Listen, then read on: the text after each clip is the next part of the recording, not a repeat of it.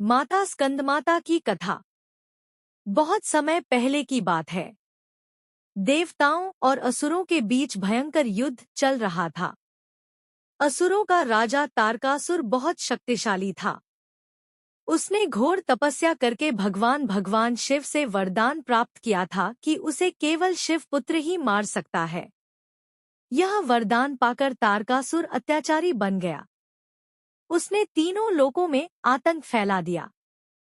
देवता परेशान होकर भगवान शिव के पास गए और उनसे सहायता मांगी। उस समय भगवान शिव गहन तपस्या में लीन थे।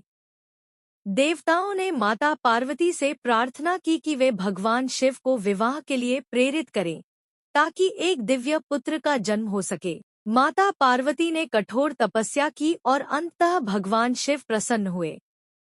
उनका विवाह हुआ और समय आने पर एक तेजस्वी पुत्र का जन्म हुआ, जिसका नाम कार्तिकेय रखा गया। उन्हें स्कंद भी कहा जाता है। जब माता पार्वती अपने पुत्र स्कंद कार्तिकेय को गोद में लेकर बैठती हैं, तब उन्हें स्कंदमाता कहा जाता है। उनका स्वरूप अत्यंत शांत और दिव्य होता है।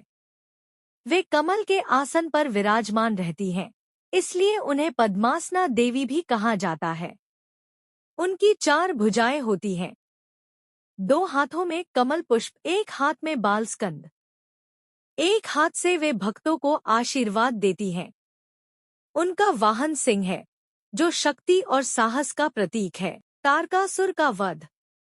जैसे जैसे कार्तिकेय बड़े हुए, वे अत्यंत वीर और पराक्रमी बने। देवताओं ने उन्हें सेना का सेनापति बनाया। एक दिन देवताओं और असुरों के बीच फिर से युद्ध छिड़ गया।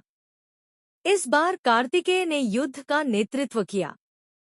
उन्होंने साहस और बुद्धिमत्ता से लड़ते हुए अंत में तारकासुर का वध कर दिया। इस प्रकार देवताओं को भय से मुक्ति मिली और तीनों लोकों में शांति स्थापित हुई। माता स्कंदमाता की महिमा। माता स्कंदमाता अपने भक्तों को ज्ञान, शक्ति, संतोष और मोक्ष प्रदान करती हैं। जो भी भक्त सच्चे मन से उनकी पूजा करता है, उसकी सभी इच्छाएं पूर्ण होती हैं। माता अपने भक्तों को पुत्र के समान स्नेह देती हैं और हर संकट से रक्षा करती हैं। पूजा का महत्व। नवरात्रि के 5वें दिन माता स्कंदमाता की पूजा करने से मन की शुद्धि होती है और घर में सुख समृद्धि आती है। इस दिन कमल के फूल और पीले वस्त्र अर्पित करना शुभ माना जाता है।